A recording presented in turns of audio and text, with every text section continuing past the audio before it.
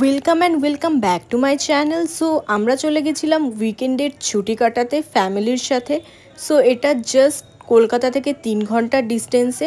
তো আমরা গেছিলাম ঘাটশিলা, আর জায়গাটা জাস্ট অসাধারণ। তো আমরা গেছিলাম বাই বাইক। সো কলকাতা থেকে ফার্স্ট আমরা গেছিলাম কোলাঘাট, দেন খড়গপুর থেকে বাহারাগোড়া, দেন ঘাটশিলা। কলকাতা টু ঘাটশিলার জার্নিটা ছিল অসাধারণ, কারণ রাস্তা ভীষণ ভালো ছিল আর এত সুন্দর প্রকৃতি দেখতে দেখতে আমরা পৌঁছে গেছিলাম ঘাটশিলা। অ্যান্ড দেন আমরা দেখতে পেলাম এই কটেজটা, যেটা অসাধারণ ছিল, আর 3500 for 2 person 1 night. And then আমরা চেকিং করে বেরিয়ে পড়লাম বুরুরি ড্যামের উদ্দেশ্যে। আর ভিউটা ছিল জাস্ট অসাধারণ।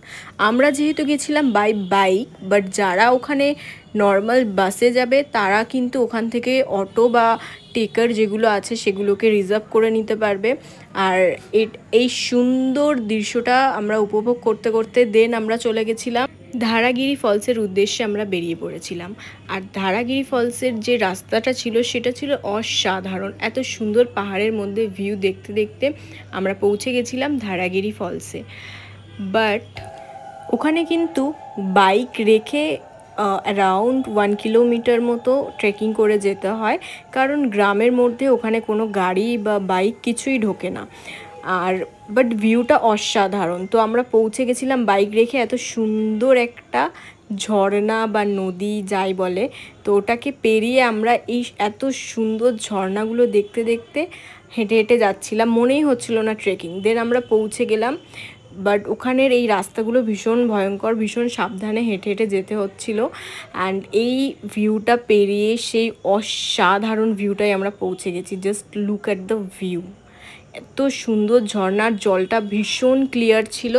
দেন আমরা গালুর ড্যামে পৌঁছে গেছিলাম। দেন ওটা দেখতে দেখতে আমরা চলে এসেছিলাম মা রুঙ্কিনী মন্দিরে। দেন ওটা থেকে আমরা আরও এই ঝর্ণাগুলো, বেসিক্যালি এই ঝর্ণাটার নাম গোল্ডেন ফলস। অ্যান্ড ওই গোল্ডেন ফলসটা দেখার পর যেহেতু সন্ধে হয়ে গেছিলো, আমরা ব্যাক করেছিলাম রুমে।